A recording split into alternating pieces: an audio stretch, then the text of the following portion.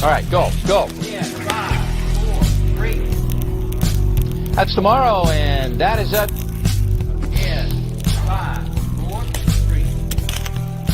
That's tomorrow, and that is it for us today. And we will leave you with a... I can't do it. We'll do it live. Okay. Go. We'll do it live. Fuck it. Do it live. I'll write it, and we'll do it live. Fucking thing sucks. 5, 4, 3. That's tomorrow, and that is it for us today. I'm Bill O'Reilly. Thanks again for watching. We'll leave you with Sting and a cut off his new album. Take it away.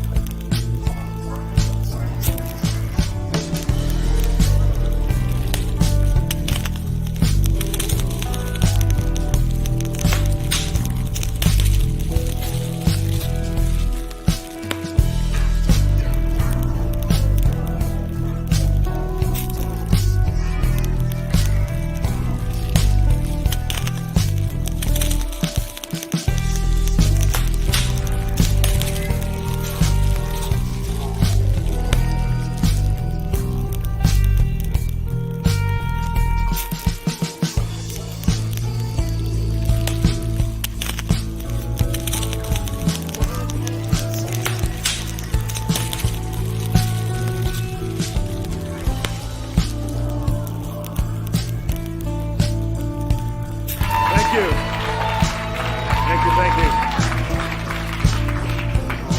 You know, now more than ever, it's essential for the San Diego film community to embrace and celebrate diversity. It enriches our films, providing a deeper look at the understanding of the cultures around the world. And it's important for us to focus on the groups of people so they can share their stories. This award goes to a director, producer, and writer who has demonstrated excellence in this category. He is advancing and supporting the industry in our city through all ways, be advocating for diversity on and off the screen. Please welcome to the stage, ladies and gentlemen, Luis Martinez.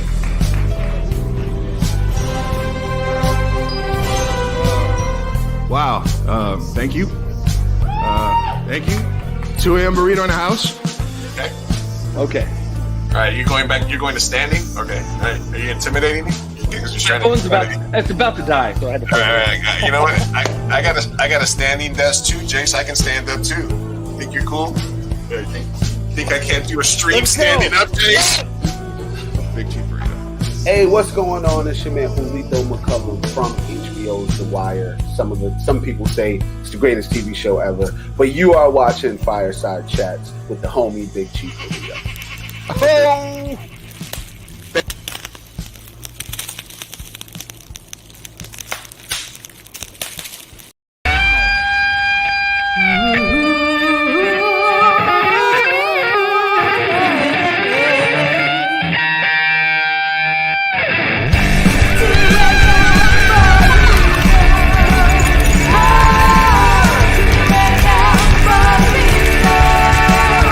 Fireside Chats.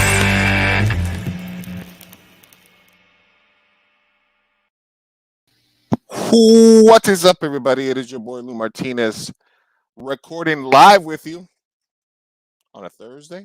Fireside Chats with Big Chief Burrito here, part of the 2 a.m. Burrito podcast. Hope everybody's having a good in-between Thanksgiving and Christmas kind of holiday sludgy season where it's the end of the year and, you know, you don't really want to work because that shit's for January, but you still have to.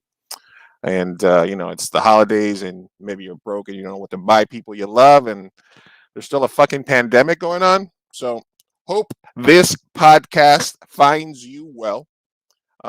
Back at it on the podcast here, episode 57. Real excited about today's show, a catch-up episode with a friend. and let's get into it, man. This person, we worked several times before, known him for several years here, part of the local film community, but somebody who I've collaborated with on a few projects. And I consider a colleague and a friend, even though we've not always seen eye to eye on everything, as as as as one does as an adult. But big enough to be able to talk shit out. Yeah, that's good. Um, and recently, nice article about the man today in the San Diego Union Tribune and his comedic stylings for a new web series shot right down here, probably 5 blocks away from me on Third Avenue in beautiful downtown Chula Vista, where the Burrito Lounge is located.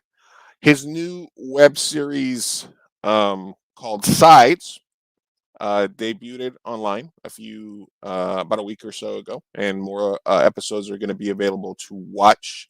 I will make sure that we have links in all the descriptions so you guys can watch the episodes. But we're going to be talking to Mr. Jordan Jacobo in a couple of seconds here.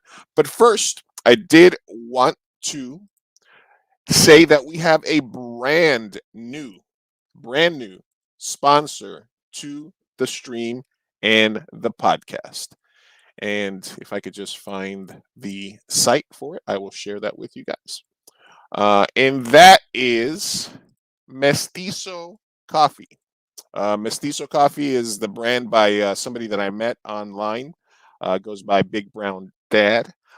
He is an artist, musician in Los Angeles, and he created a brand of coffee that is single origin, organic, straight to the consumer, created by Latinos, for Latinos, or for other, white people drink coffee too. And I've been experimenting with sponsorships here on the pod. This is the Tonic 420. Just got this today. I guess the way I've been described is that drinking shitty coffee is like putting dirt weed into a peach flavored blunt.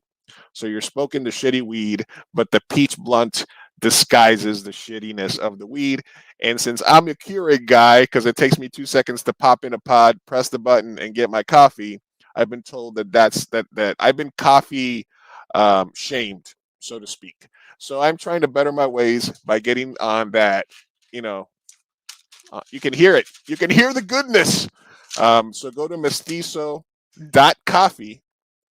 How easy could that be? Go to mestizo.coffee, and you can learn all about the company. They have the tonic. They have Black as a Flavor, Black Love, another collaboration. They collaborate with artists.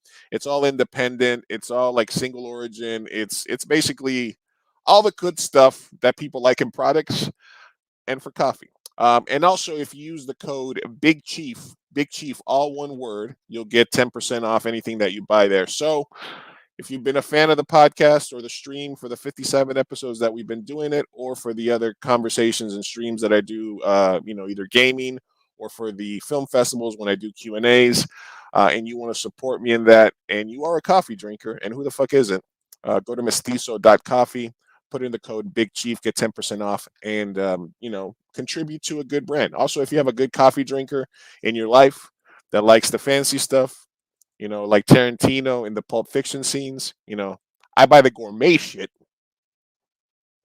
right? Then this is the perfect gift for them. All right, so enough whoring myself out for coffee beans, and let's get into it. I want to welcome my guest. His new web series, Sides, debuted on YouTube. He's been featured in countless articles. He's a host. He's a host. He's a personality. Actor, writer, director, comedian. Jordan Jacobo, welcome to the program, man. Hey, thank you for having me, buddy. And most importantly, thank you for pronouncing my name correctly, because nobody ever does. Good on you. What's more annoying, when people pronounce your name incorrectly, or when people on every post that you make the Jordan hates pun? You know what? I got used to it already, because I'm a very hateful man. You know what I mean? So Jordan hates is what got me notoriety. So I'm owning it. I'm owning it. You're not going to bite the hand that feeds you then, basically. Absolutely not.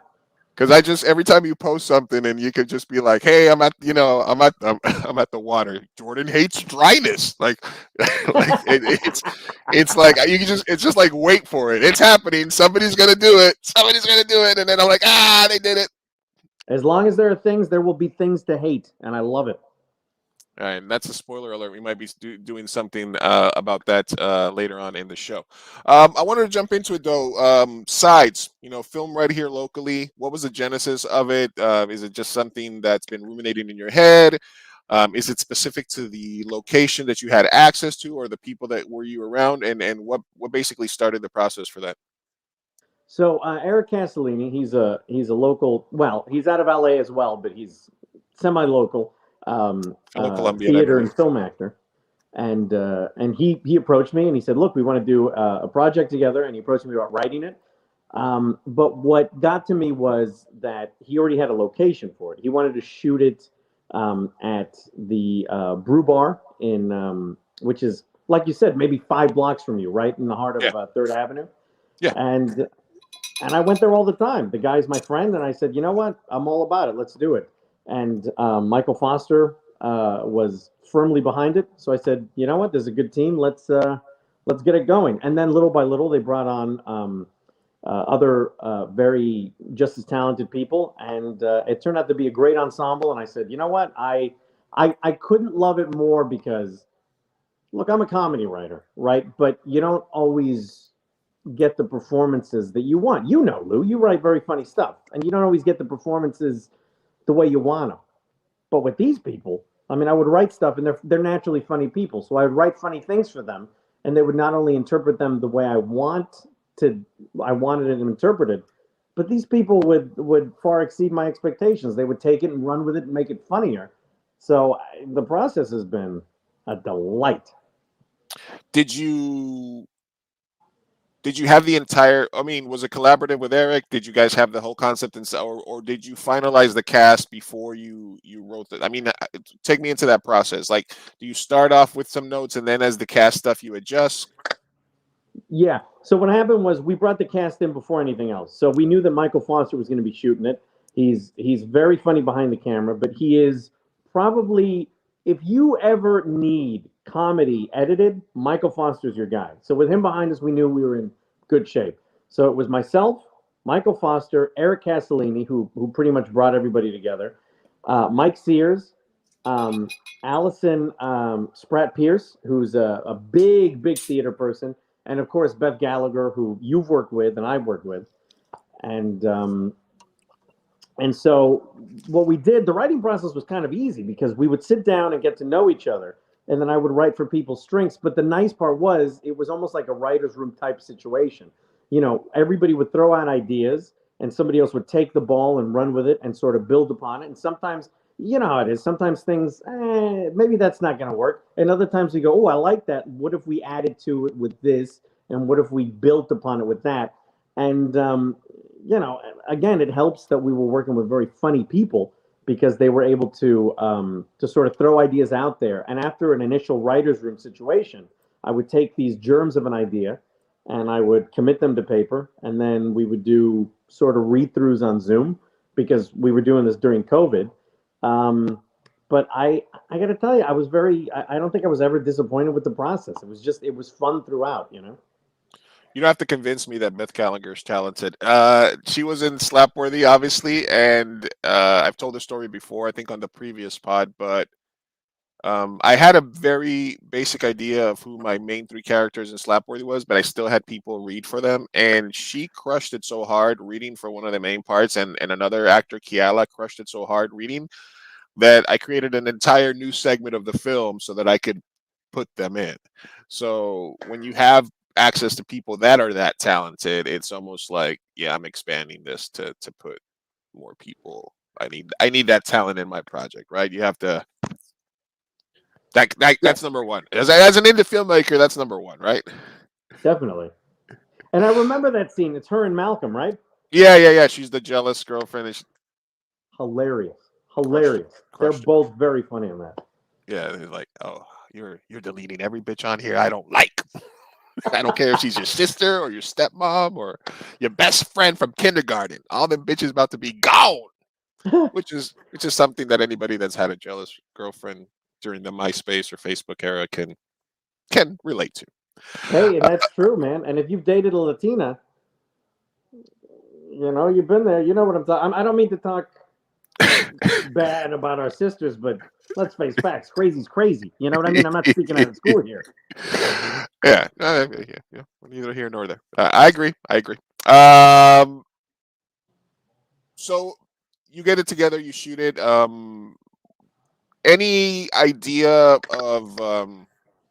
I mean, you go web series as opposed to just like a straight short, or maybe incorporating it into a feature or making a pilot. What's the thought process behind that? Is it to see if you can catch something that goes viral? Is it just easier to market, or what's the thought process when you're deciding what shape this project's going to take? All of those things.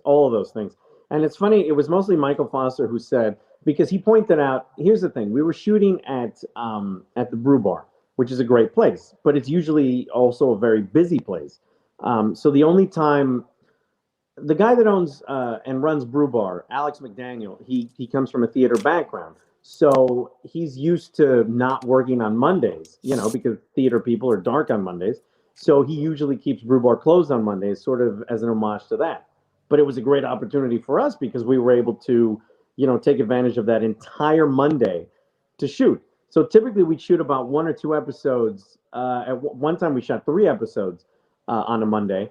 And but the thing is, we didn't have a whole lot of time to really shoot, very long form stuff. We had to just get in there. We needed to crank out an episode and, hope for the best. Now, sometimes indie filmmakers or because you hear web series and like I know you were in another web series, Jordan Jack's project, and sometimes that's like, okay, we're doing a web series. Well, now we're doing a feature. Well, because I think the hardest thing about putting out a web series is stacking those episodes. Yeah. So that you can consistently put out the product. So I think it's good in theory when we start an indie project and say this is going to be a web series, and then you shoot the first couple of episodes, and then the editing process or your workflow gets messed up and things like that. And how did you go about ensuring that once you made the decision, we're going to go web series, that you had enough content stacked up so that there wouldn't be these long breaks in between episodes?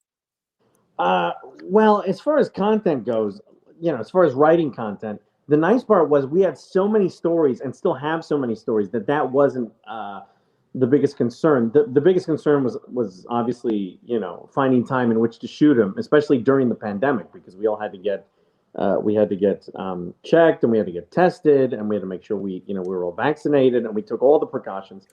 But for the most part, I mean, we had so many stories. The tough part was, because we decided for an initial run, we just wanted to do 10 episodes, 10 3 to 5 minute episodes. So the tough part for us was sort of shaving down how many, which 10 stories we wanted to tell and which ones we wanted to save and build upon for a potential season 2. And did you get all those filmed, or are you still in the process of that? No, we shot all of them. We made sure that they were all in the can. By the time we released the first one, and Michael Foster is he's such a whiz at editing that the guy, he's pretty much edited, he's officially edited all of them, because tomorrow, I totally forgot, tomorrow all 10 episodes are going to drop on YouTube. Whoa, shit, that answers my question. Yeah. So we decided to drop the first 2 initially, and then one every Friday on Facebook, but the YouTube dropped just all of them, in one fell swoop. So the YouTube is going to be binge worthy. Basically, you'll be able to mash through all 10 episodes. I'm hoping, if you like them, binge. If not, I just hope you don't leave a negative review, As long as you don't. And you guys can go to the Sides, the real web series. You can find that on YouTube's. I'll go ahead and hit the subscribe button here. Bam! That easy. Remind you guys that if you are new to the channel, make sure that you go to 2 a.m. Burrito and hit that subscribe button there. You can catch all my old videos. Hey, look, it says I'm live right now. Look at that. We're live. And you can catch up with us as well. So the entire series drops on YouTube. You're doing weeklies on Facebook. Obviously, you're happy with the way it came out. Did you? I mean, the testing, getting vaccinated, doing read-throughs and having meetings over Zoom as opposed to in person. How do you feel about this new, like, post-COVID sort of work flow for filmmakers? I gotta tell you, man, at first I did not like it because as an actor and as a writer, we would do table reads, and it's nice to sit down in person with people because as an artist you feed off the energy of other artists. And especially like as a writer, I like to be able to have like a firsthand, I like to see firsthand how people are delivering it and what their, what the emotion is and how it all goes through. So it was a bit of a learning curve. I grew to eventually like it and appreciate it because everybody on sides is essentially a working actor, thankfully. So people were all over the place. One of our guys recently did an episode of Law and Order. So he, we had to Skype or Facebook Live with the guy from New York, and other people were just too lazy to leave their houses, which is cool too. But so it's good for what ails you, I'd say. And it took some getting used to, but look, it's the new reality. You either adapt or die, right? Yeah, I mean, adapt, right? Yeah, I mean, if we have the choice, man, let's go with the one that doesn't mean die. I'd say so.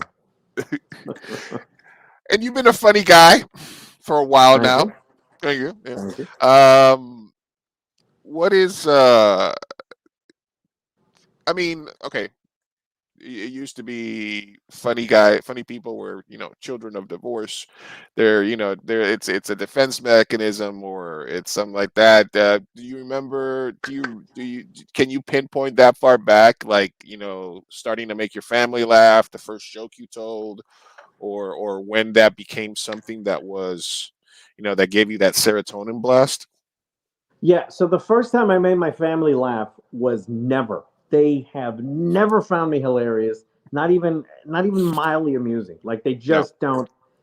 But I remember it started. I think when my brother was born, because I tried to get attention. So I was like, hey, I got to be the wacky guy. And even though they didn't find me funny, I managed to thankfully amuse myself. So and thankfully at school people always thought I was relatively amusing, so that was something. Class clown? Oh, definitely. Oh, I was in all kinds of trouble, but it was worth it because the attention was such a high. You know what I mean? So mesmerizing. It is. It's worth going to the principal's office at least once a week, just to get that. Well, like you said, that serotonin blast. How do you? I mean, you're a writer. You're also a director. You're an actor. You're a personality. Do you stack those in order of, preference, or which one pulls at you the most? Or do you feel that that it's, it doesn't matter where you get the recognition from, as long as it's in one of those aspects, are you okay with it? Or is it like, do you get more recognition for one thing, but it's not the thing you like the most? I gotta look. I think recognition is pretty great, and I will like a lot of like most artists. I mean, I think we just like to be recognized, and it's almost like a, hey, look at me, love me, daddy, for Christ's sake, love me, and I don't think it's any different, with me. So I really don't.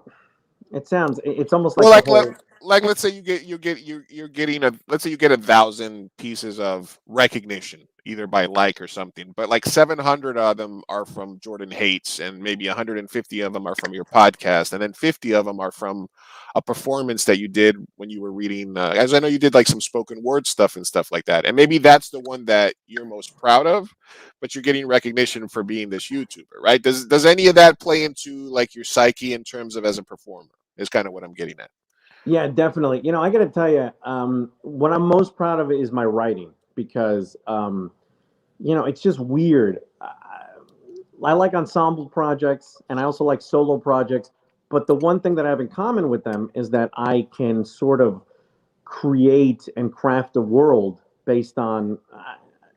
I mean, you really are. It's creation in the purest sense because you're taking a world and you're taking these characters within the world and the circumstances and you're molding it. You're molding it based on your words. And I think the greatest thing, uh, for instance, the way Sides pertains to it is I create a certain world, right? And I hand it off to these actors, and they portray my words not just correctly, but they improve upon them. And then you have a director like Michael Foster who knows how to direct comedy, and so he does justice to your work. Because I got to tell you, I mean, I've written things that I've handed off to people, and then they've proceeded to crap all over them, and it's like a dagger through my heart because I go, you know what? My thinking is, look, if you want to interpret this your own way, I'm good with it. I'm good with it. But I've had directors that just take things out and I go, hey, listen, I layer themes in here. Can we talk about it before you shit all over my life's work? And it hurts. It hurts. I've had directors do that, and it's hard to reconcile. It wasn't me though. I never done that shit to you. Um, No, not you. You and I have always no, managed to work pretty well together. I mean, look, you as a writer, do you feel the same way? Because I know that you're very you're sometimes, and you've mentioned this to me before. You're sometimes very married to the words that you write in some projects, and in others, you've been open to actors interpreting them any way they wanted to, right? mm, Or am I way yeah, off? yeah. I've been I've been told that sometimes people don't get my references, uh, or that they're too obscure. I've been stuck on and I don't know who said this originally. I think it was maybe like, man, was it the Mystery Science Theater guys or was it somebody else? But they were talking about, or no, there was the Kids in the Hall guys, the Kids in the Hall, and and it was an interview from fucking a million years ago, and they were basically like, how do you feel when you write a joke and somebody tells you not a lot of people will get this, and they're like, well, the right people will get it, and in my narcissistic mind, that's sort of what I've stuck to in my guns, which is I think it's funny. And even though only a few people might get this specific reference, I like that. Um, I've always come at it from a writer director standpoint that until the actor does something that pisses me off, I let them play, right? Because I I have an think that's idea. reasonable. I have an idea in my mind. I will be a stickler for certain words and phrases because sometimes that'll set up further jokes further down the line, and maybe they're not, or wordplay or something like that. So I guess yeah, I'm sometimes. But then if it's something that's a little bit more freeform, or depending on the talent of the actor, because obviously if you have somebody that's got some chops, that's a beast, you're not going to micromanage. I think that, and then another thing that I always respect is when actors come to set having made decisions, or when they come to an audition having made decisions about the character that are beyond the page. And if I feel that they've put in that work, and then when I see them rehearse, or when I see take one, I just see how I feel. If I physically feel like, I didn't like that, then I'll be like, yeah, okay, but here's where I want you mentally because I don't think you're quite there yet. But if they do something and it surprises me, and I just basically have to check myself, like, as in life, sometimes things happen and we have the tendency to overreact right away. So you could see somebody not doing something the way you want it done, and then right away be like, no, I don't like that. But I really literally have to stop myself and just be like, how do I feel about that? It's not pissing me off. The actor's doing their job. Fuck it, let's roll with it. I like it. Let's let them do those choices. So I mean, like you said, you're right. It depends on the project. Sometimes I can be super obscure with it, and I'm just and I'm almost like steering into that. And sometimes I can be a little bit, I guess you got to be flexible depending on the talent and the project and the individual situation, right? I think so too. It's funny. I once wrote a short play for the Old Globe, right? And for me, it was a huge deal because I don't, I mean, what do I know about playwriting? And I Hashtag wrote humble it and I brag. handed it off to a director, and she made some decisions that I in rehearsal I felt were questionable. But I go, you know what? She's a director. I'm not going to say anything. She knows what she's doing. She worked for the Old Globe. When I finally saw the play performed, she had improved upon it.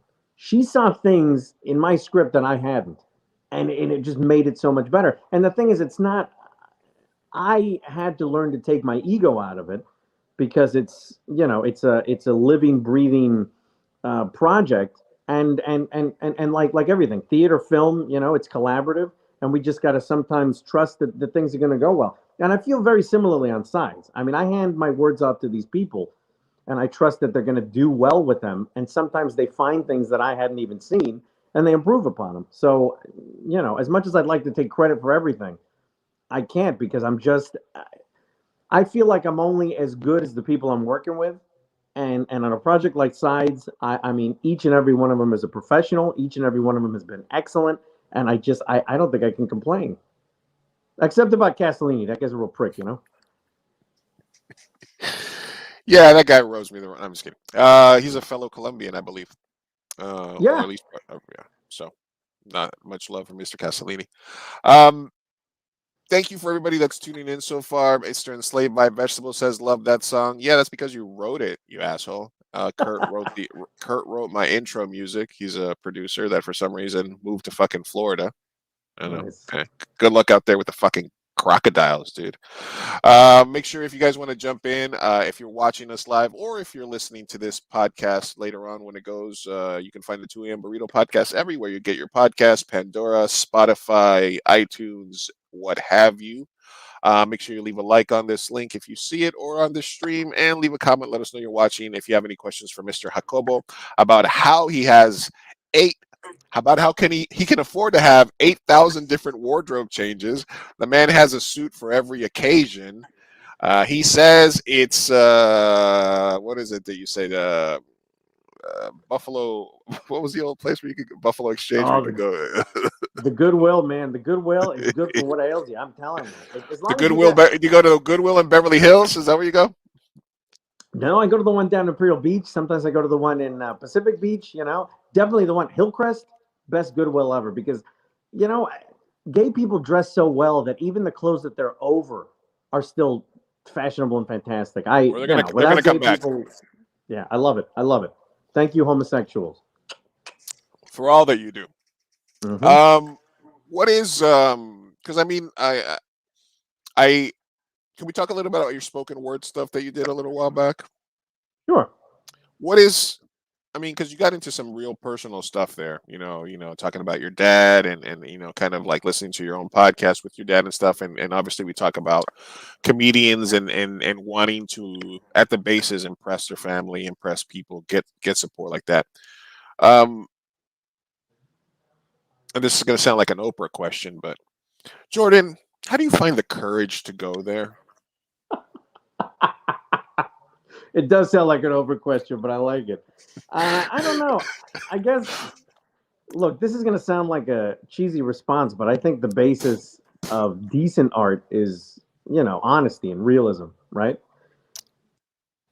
I mean, there's got to be a truth in the stories you tell. Otherwise, I think people are just gonna root it out and just think you're full of it.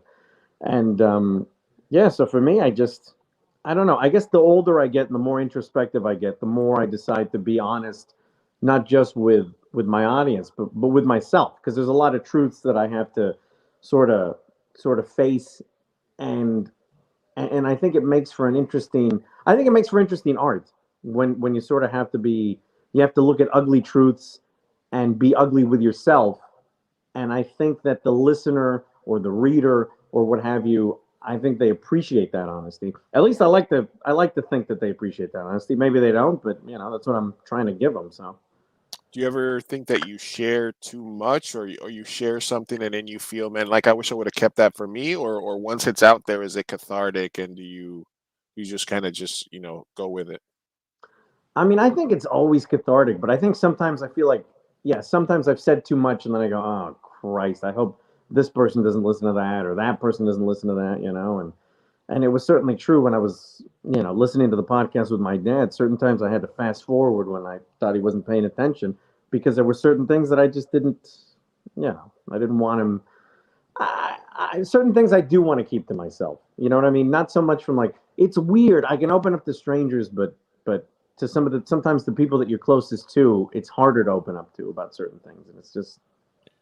Yeah, it's hard. I can understand. Now, one of the things that I dealt with growing up as a Latino and sort of wanting to be not necessarily an entertainer but a filmmaker, follow the arts, was that I didn't grow up in like a super like I mean, I grew up in Queens, New York, which is there's everything, there's all kinds of people and things like that. But I grew up sort of with around not gangsters, but in the hood sort of, and I was embarrassed or shy about saying like, "Hey, I want to. What are you gonna do, Lou? I want to make movies." And they're like, "Ah, you can't fucking make movies. You're fucking, things like that." But did you, growing up, did you have any of that or do you feel that you were free to express what you wanted to do from an early age? And do you think that, I mean, because I'm trying to figure out if there's a difference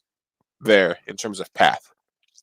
I got to tell you, it was weird. I was encouraged to make films at home because I was such a hyper kid, and I was an only child for the first 6-7 years of my life. So I had to sort of learn to like, look, we didn't live in the best area, and my parents didn't want me socializing with some of the kids in the neighborhood, which I always. La Chusma.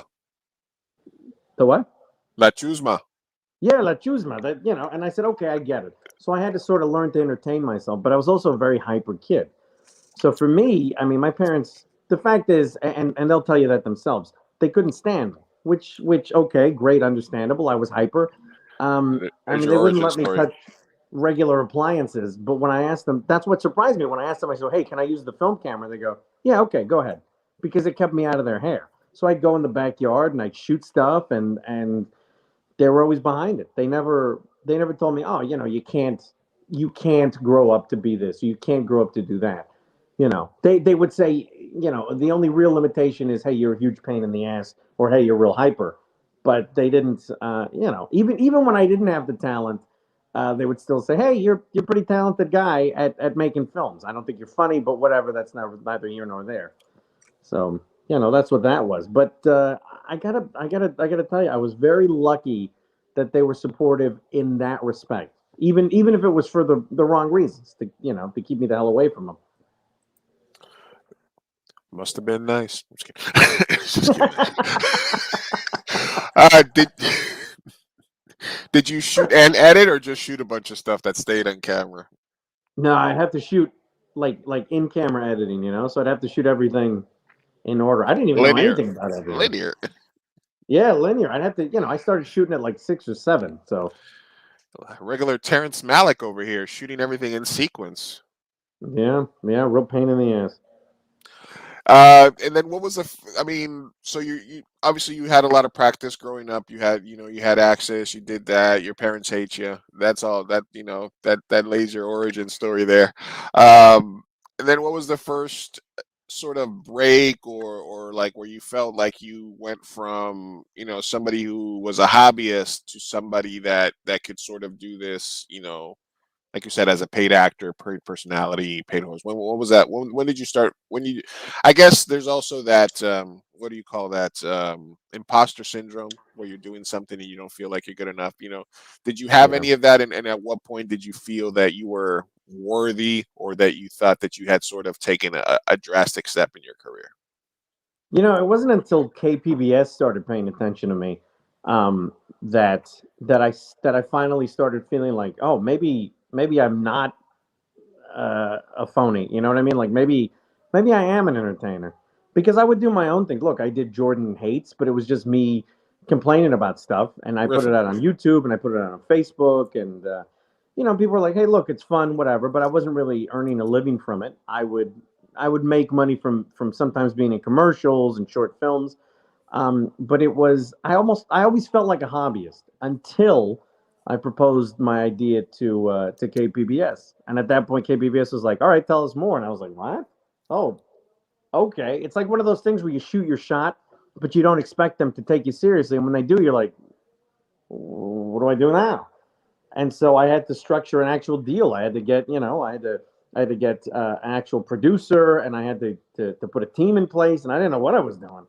But it's not until I started doing that I thought to myself, okay, maybe I am the person that I've been pretending to be all these times. Maybe it's not just online social media fake, but maybe it really is the real thing. And when KPBS accepted my shows and they bought my series and they started promoting it, I was like, okay, I feel like I'm finally an entertainer now, like a legitimate one, Taking the leap.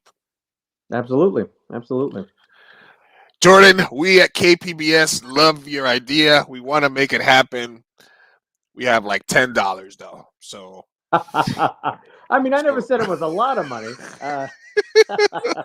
but it was nice to be paid something. They gave me enough so I still had self-respect and I could, look at myself in the mirror in the morning. I just couldn't look for very long, They threw $200 on the dresser, walked out, said, "Thank you, Jordan." They didn't Great even cut. pat my ass on the way out. That's fine. That's fine. What are you going to do? Little kiss on the forehead while you were sleeping. I'm going to let I got to myself tell you, though, the KPBS years were good. I mean, I learned a lot from them. I learned I learned how to structure a deal. I learned how to deal with, with producers. I learned when an organization says, "Hey, you can do whatever you want." That's absolutely not what they mean. But that's okay. I mean, I wouldn't say they're hard-learned lessons, but I learned them. And they're built into my psyche. And now the next time I do a deal with somebody else, I have this knowledge to take with me. So I'm no longer, look, I was a hobbyist then. Now I don't feel like I am anymore. Thanks largely in part to KPBS. Podcasting, hosting gigs, TV hosting, actor. I mean, if you had to pick one, which is number one? I love hosting, man. I love hosting. I like getting my voice out there. I like talking to people. I like making side comments. I like, learning about people. I know I'm long-winded and I talk a lot, but believe it or not, I am interested in other people and other subjects, and I like to explore them regularly. And hosting stuff and podcasting gives me that opportunity. I saw you did like a robot kid show too. Yeah, I did. I did a couple episodes of a kind of a Saturday morning robot show, and it was just these weird, wacky robots, and it's kind of it's a science show, but it's science through the eyes of these very functional robots, and it was put on by our friend William Wall, and it was good. It was fun. I'm drawing a huge blank as to the name of it right now, and I feel terrible. Botworks, right? Botworks. Botworks. Yes, thank you. Botworks. Oh my God, thank you. Wow, I am terrible at promoting stuff. Yeah, it seemed very, very colorful, very well done. I guess obviously probably geared towards kids, stuff like that. So you got to kind of judge it with a grain of salt in terms of like the biting jokes or writing, etc. Yeah. You can't like jump on that like that. It's a little bit dry, but definitely for the audience that they're gearing for something cool. Do you feel that if you're working on an audience that's geared towards kids that you lose some of your edge, or do you feel that you can adjust kind of to it? Because I mean, my perspective of you as a personality, as a host, is that you're not necessarily leaning one way or another. You sort of try to stay sort of middle, floating around with your takes and things like that, but you do have at least a little of a biting edge in terms of your commentary. You're not like 60 Minutes, or you're not Howard Stern, either. But do you feel Right. that limits you in any way, or do you feel like you can adjust pretty easily to the audience? I feel like I'm learning to adjust, because when I first started doing the KPBS stuff, for instance, like it was tough for me. I couldn't use profanity. I couldn't even be as cynical as I wanted to. You know what I mean? When I was doing a podcast about dating shows, I would talk about, pinkies in the pooper. You know what I mean? And those are things I could say, but those aren't things that I could say on, say, KPBS or on the Kids Robot Show. I don't need to use profanity, but I do like to express myself the way I like to express myself. Jordan hates rim jobs.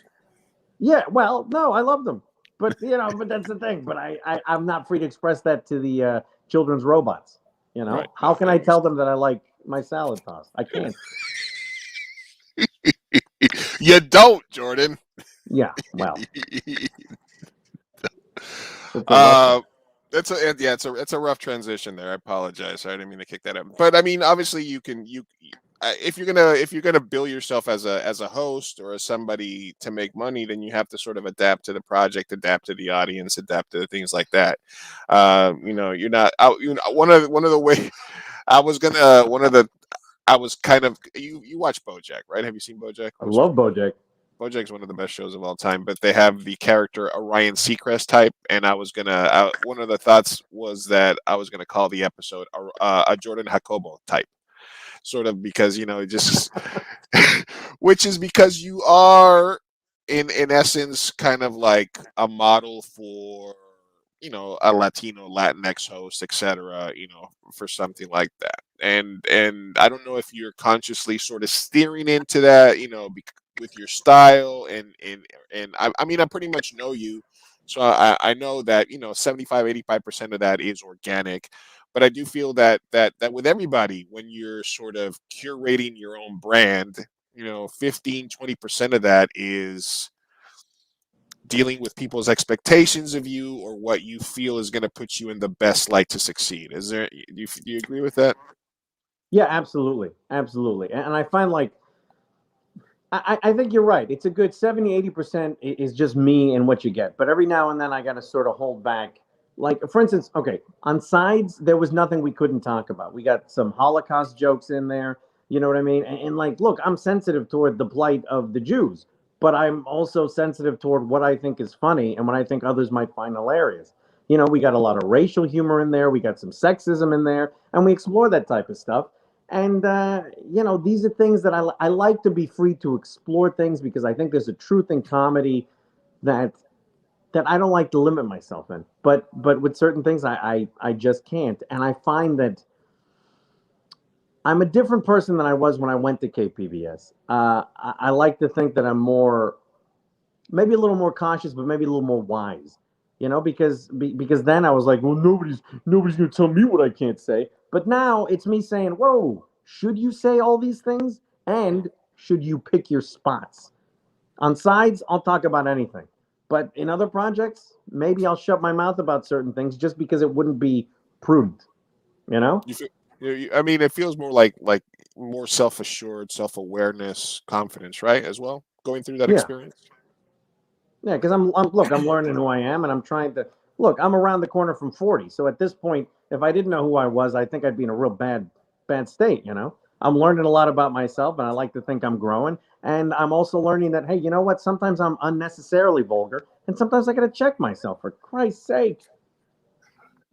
Yeah, no, I was I was rewatching some of my old stuff because I'm doing I've been doing Burrito is in its 10th year. We started in 2011, so I've been and for the longest part. Thank you. For the longest part of my life, I talked about making movies, writing about being a director ever since I could remember. I've had ideas for movies in my head, and then finally 10 years ago, I've told this story before, but my roommate was living in San Francisco. He had like a $200,000 a year job, and he's like, "Man, we've been talking about making movies for far too long. I'm quitting my job. I'm moving in with you and staying on your couch, and we're making our movie." And we did that 10 years ago. And to sort of backtrack to when did you start feeling legit? The clip that I added to the beginning of my intro when I got that diversity in film award was around the time that I started to feel that I wasn't a fraud and that I was actually sort of out there. So I can completely understand with where you're coming for that. But I was looking at some old footage because it's coming up. It's our 10-year anniversary, and I was like, man, I don't know if I would write that same joke today. And even on a web series that I just finished up that we shot in 2017 and that it got lost in production, and then during the pandemic I had time to go back and re-edit it. You have a bit part in that as well in security.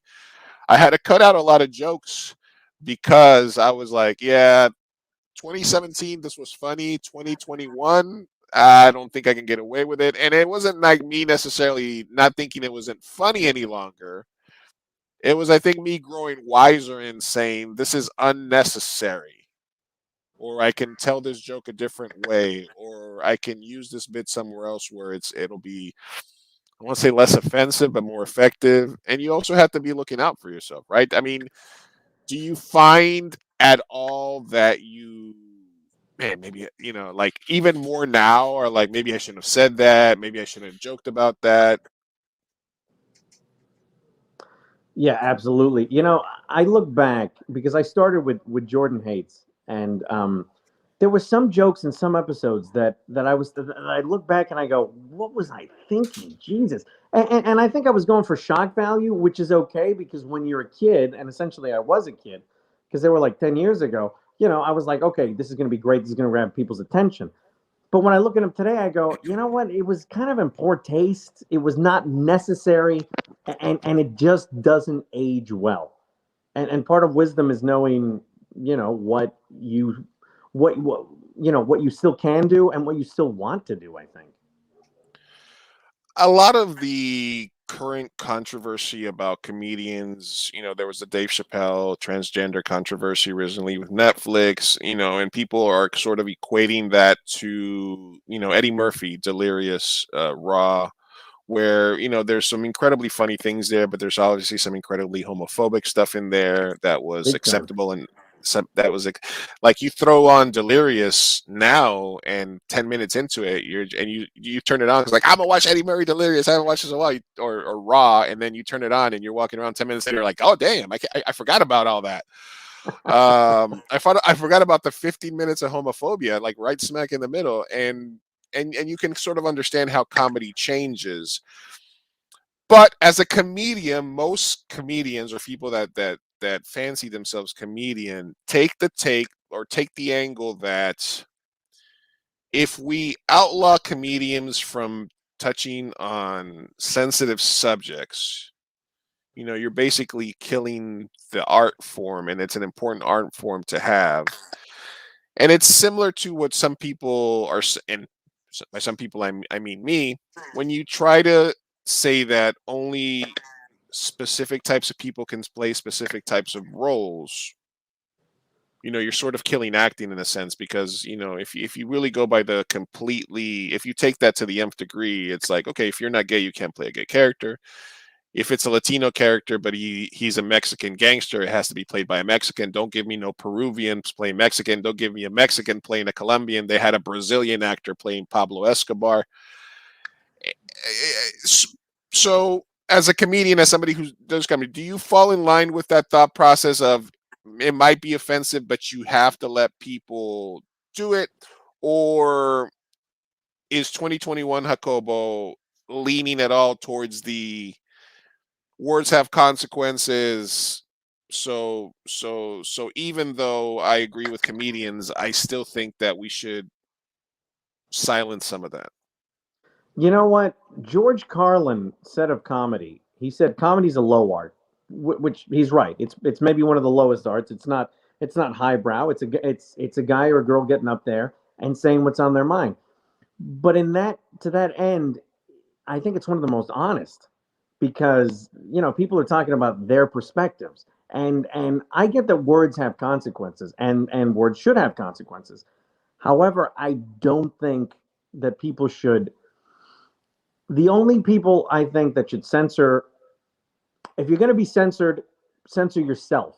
And if you do it from a place of wisdom. Don't do it because you feel you're not allowed to say certain things. Do it because you think you shouldn't say certain things. Do it because maybe it's not the wisest thing to do, or do it because you think maybe it's not in the best taste. But don't do it, because I'll keep myself from saying certain things, not because I think these people will be upset or those people won't approve, but I think to myself, maybe it's just not the time to say it. Maybe it'll be tacky. Maybe it's not a good look. But So for me, is I've always been very much against censorship, but I think self-censorship, even though it sounds weird, I think is just another way of you being introspective and being honest with yourself, and figuring out what's the best and wisest way to approach something. is that evolving, or is that self-preservation? That's a good question. That's a very good question, because I think a lot of people do it because because of self-preservation. I think that some of the things that Dave Chappelle is saying are, I think some of them are ugly, but I also think that some of them are very true.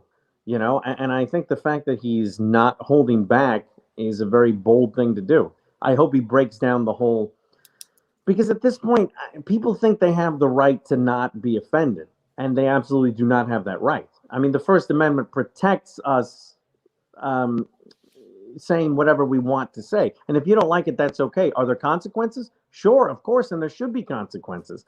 But you as a consumer don't have the right to be protected from certain speech, I think. I'm not just gonna ask you a loaded question and not give the answer myself, Jordan. I'm not I'd love to know what you think about this. I was like, I'm throwing the cancel bait out to Jordan, and then I'm not expecting it. Here, Jordan, here's a loaded one for you. Step through this line, manual. No, whenever somebody says, like, and I'm gonna take the first few Chappelle specials aside from the last one. When somebody said during those times, well, because he made a joke, different jokes about whatever, and then somebody, well, what about the victims of spousal abuse, and they're not going to find that funny, or what about the people here that aren't going to find that funny? And my thought process was, they shouldn't watch the special. That was my thought. That's my original thought process. It's not a comedian's job to think about your feelings when they are creating the art that they want to create and making funny. One of the worst things that happened to stand-up comedy was cell phones and vlogging and the internet, because it used to be a comedian was on stage at 2 a.m. in front of 7 drunk people, and he had to do what he had to do, or she had to do what they had to do to get people to laugh. That's their job, to get out there, man. That can mean saying outrageous things on a stage, you with a microphone. That's the art form. And depending on that crowd and what you're doing, you might feel it's appropriate to say a bunch of shit that you wouldn't say if you knew it was going out to the entire world. So that's one thing. The internet, cell phones, that type of stuff really took, it. And that's why comedians now, Pete Davidson, Dave Chappelle, they lock up people's cell phones when they're working on material, stuff like that. Even, Louis C.K., they're talking about the fact that Louis C.K. was at a club and they're recording one of his jokes, and they're like, I was offended at this joke. And all you hear in the clip is the entire room laughing, you know?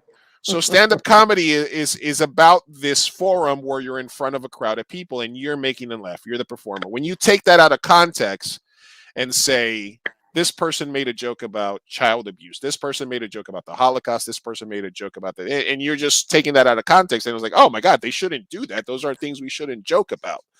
So that's my number one take.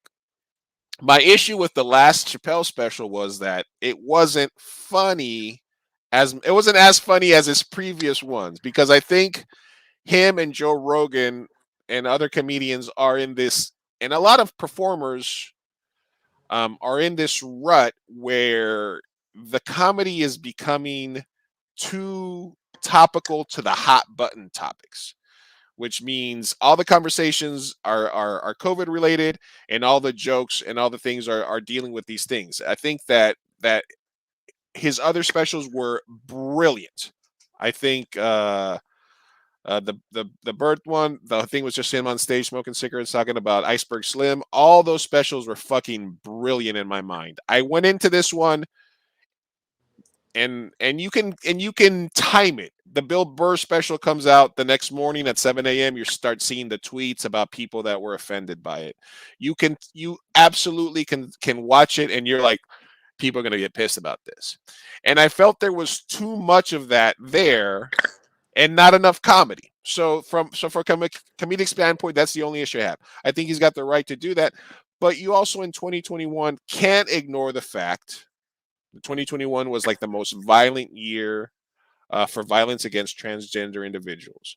And and like you said, and you can't take the fact out of that in 1983, normalizing homophobia in an Eddie Murphy special did contribute to the culture of people normalize saying those words and stuff like that. So it's a two-headed monster for me, because we can't ignore real life situations, and we're trying more and more to help people that have been in traditionally marginalized groups.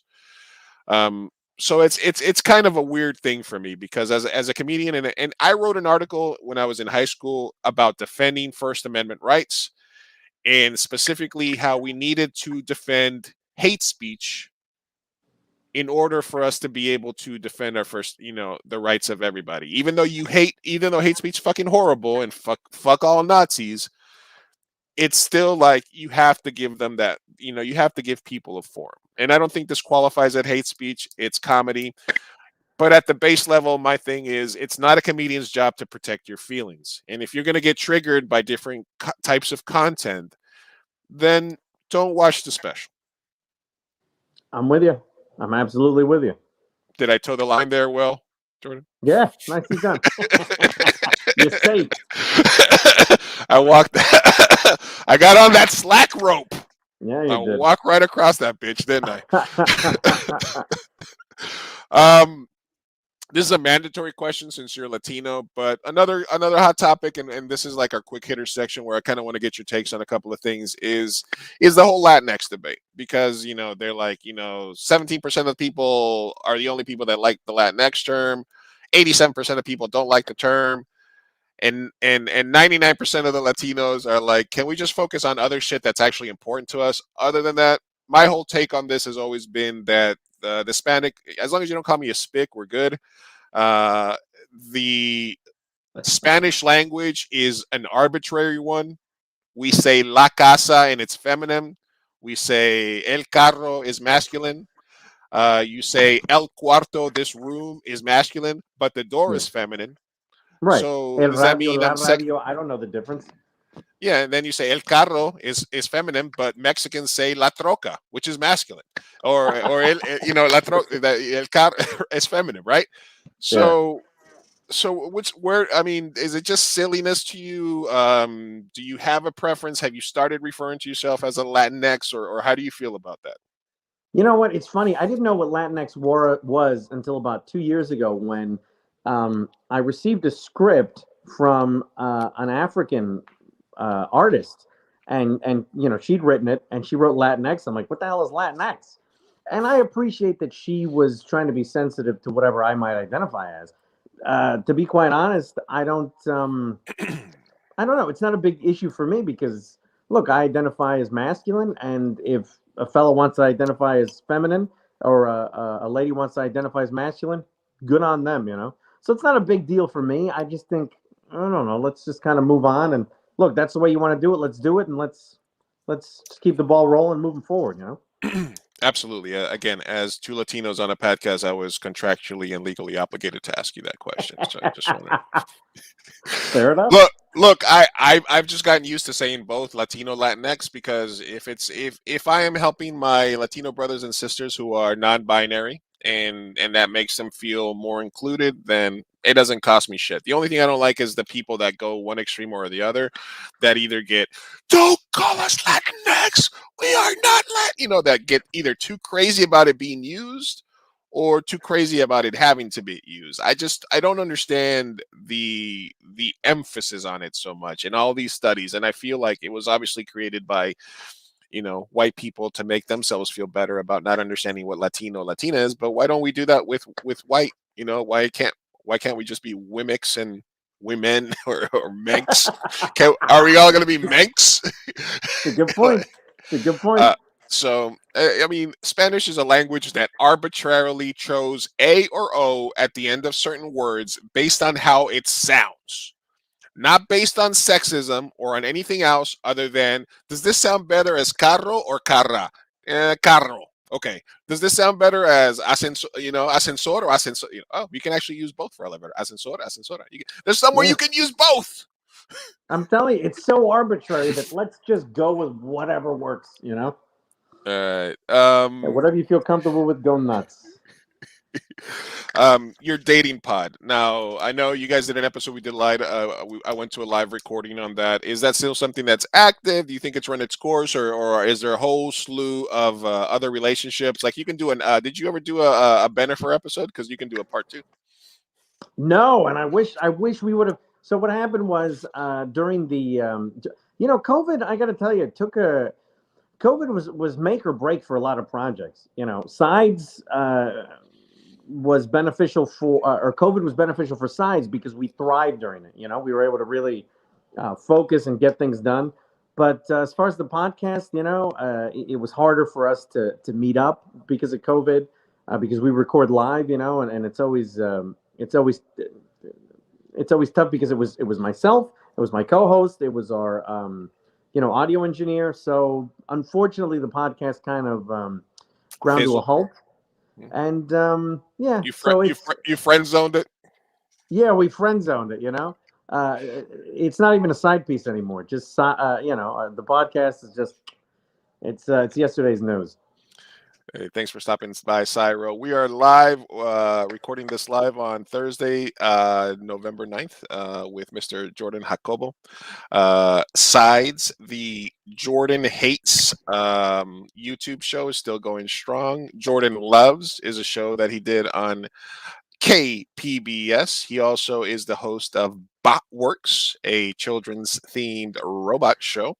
And his new web series Sides is available to watch right now. Thank you. For free. For free. On the tubes of you. And I thought maybe we would take a quick break real quick and watch the first episode, if that's all right. I'd love to. Let's do it. All right, let me go ahead and set this up. And if you guys have any questions, thank you, Claudia, for stopping by. Thank you, everybody. Make sure you leave a like or subscribe to us if you haven't. Twitch.tv/2mburrito, YouTube.com/2mburrito, Facebook.com/2mburrito.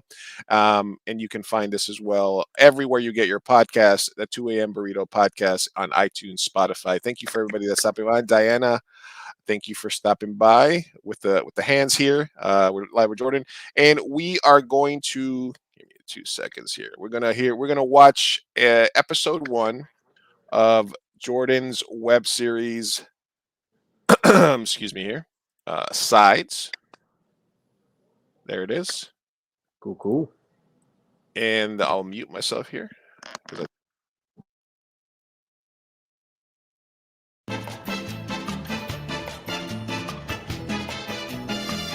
Can you hear that, Jordan, or no? You can hear it? All right, cool. Okay, welcome to the group interview. Nice stash. First of all, I am correct in assuming you're all actors? Yeah. Yes. Yes, I'm a performer.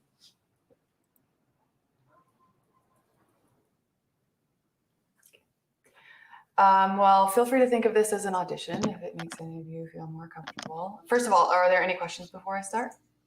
Oh, yeah. Do you want our headshots and resumes now? Oh, I don't need your headshots.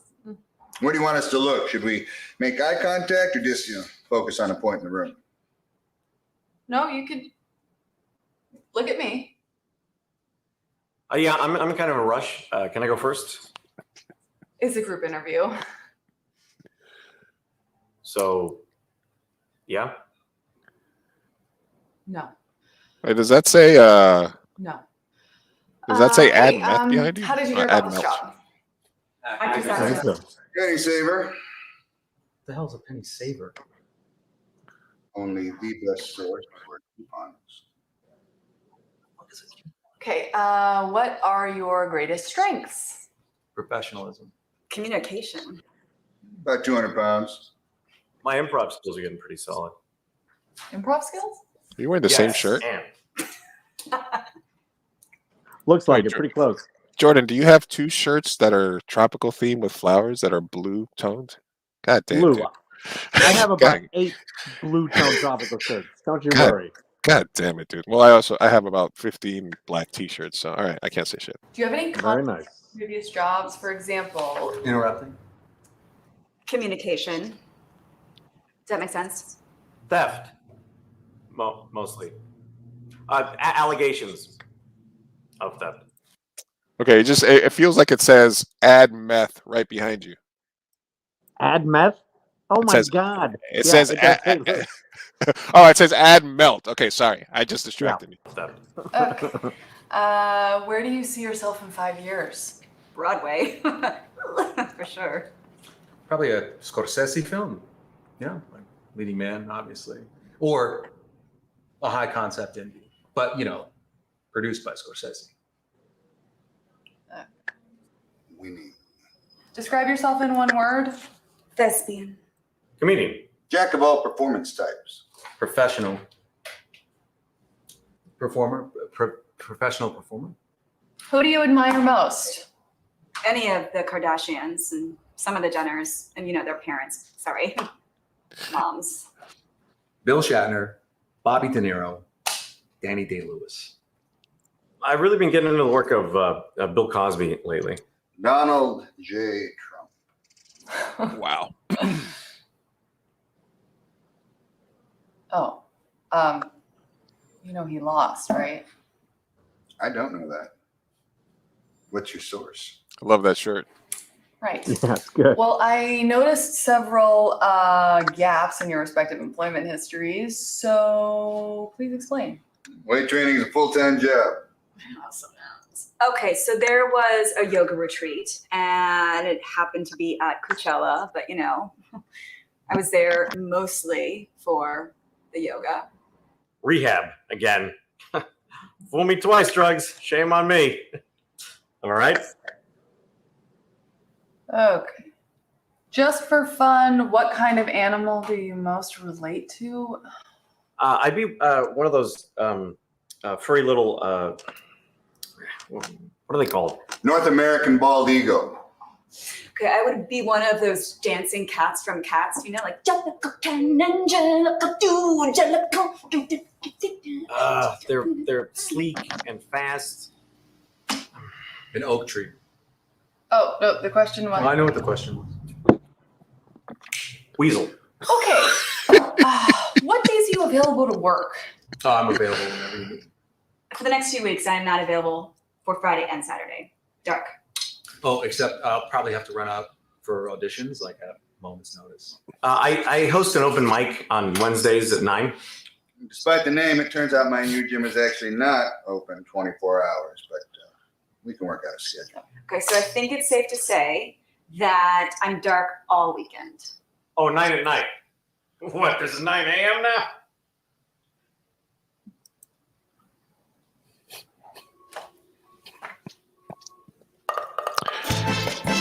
Hey!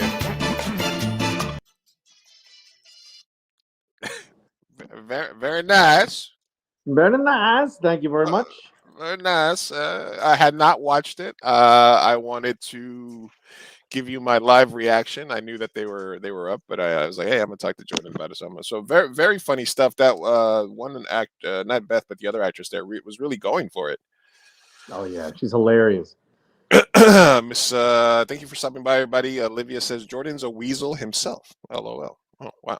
She nailed it. She nailed it. She is not wrong. Cy Robles, thank you for stopping by. Cyro, almost choked on my cereal. Number one, you shouldn't be eating cereal this time. It's too much sugar. But number who are you, Who are you, Seinfeld, Cyro?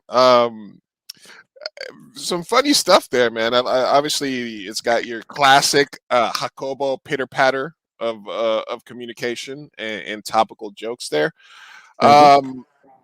Very, very well done. Very obviously, yeah, very well edited for the. I mean, the comedy lives in the wide shot, but with something like this, that's real, fast moving. Obviously, Foster, right? Michael Foster did a great job editing it as well. Yeah, he shot, directed, and edited, and he's the guy's solid. It feels like a real collaborative effort with you writing, Eric putting the team together, the brew bar, the location and stuff like that. So obviously one of the things that I always talk about is one of my favorite books is The Collaborative Art of Filmmaking, which is sort of what I base my career on, which is it's a collaborative art. So when you get a good location, you get a good person that's got a good idea, you get a filmmaker like Foster that's a beast, and you get your writing and comedic style collaboration, all good things are going to happen. So recommend that everybody goes and finds Sides, the real web series on YouTube. You can find them on Facebook as well, or if you follow Jordan, you can find it as well and check him out. Filmmaking is never collaborative. What kind of take is that? She's just being cynical. Claudia and I have worked together. You've worked with Claudia. You know damn well she's a team player and very good. Cyro's my rock. What are you talking about? She's Cyro, Shelly, Laura, and the backbone of any 2 AM burrito operation is the 4Bs, the strong ladies that help keep my ass in line and that help me be creative. So I think she's just trolling me there right quick. Some funny stuff in there, some political jokes. Real briefly, and I've talked about this with other people that are people of color, BIPOC, whatever.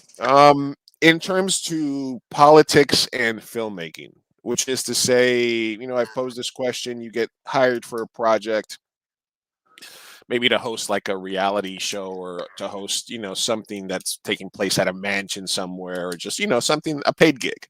And all of a sudden the producer shows up and they're rocking like a MAGA hat and like just spewing some like horrible takes about stuff like that. At what point does the politics of somebody who is either producing or being creative with you make you feel that a project wouldn't be something that you want to be a part of? Do you take extra care these days to figure out who you're working with so that doesn't become an issue? Or do you believe that as a professional, nice watch, by the way, or do you believe that $10 as at a Walmart? Look at this thing, $10. Look at you, man. You're Don't mess a fucking. around. Or do you feel that as a professional, you should be able to put those things aside and just work? Look, I've worked on projects where everybody was a staunch, not even conservative, like Trumpian, which is okay. They made a video for Trump, and I go, hey, okay, look, that's not my politics, but I'm going to put it aside because I'm an adult, and I can, I'm not the most liberal either. For the most part, I'm a registered independent, so I like to think that I can be centrist and sort of talk about platforms rather than politicians.